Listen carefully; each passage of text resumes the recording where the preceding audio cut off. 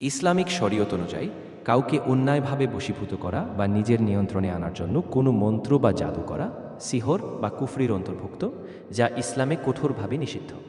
তবে স্বামী স্ত্রীর ভালোবাসা বৃদ্ধি বা বৈধ সম্পর্কের উন্নতির জন্য আল্লাহ তাআলার কাছে বিশেষ দোয়া করা যেতে পারে।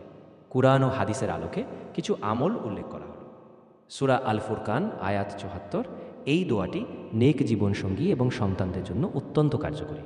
রাব্বানা হাবলানা মিন আজওয়াজিনা ওয়া যুররিয়াতিনা কুররাতা আয়ুনিন ওয়াজআলনা লিল মুত্তাকিনা ইমামা।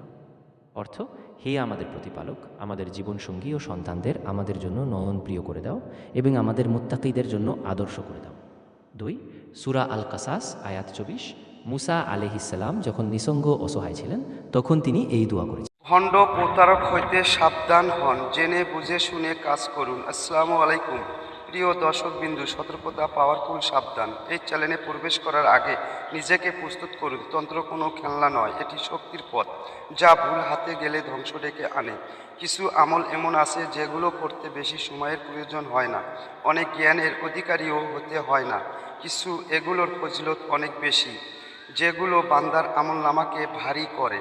আগে সূরা বা দোয়াটি তেলাওয়াত শুনে নিন।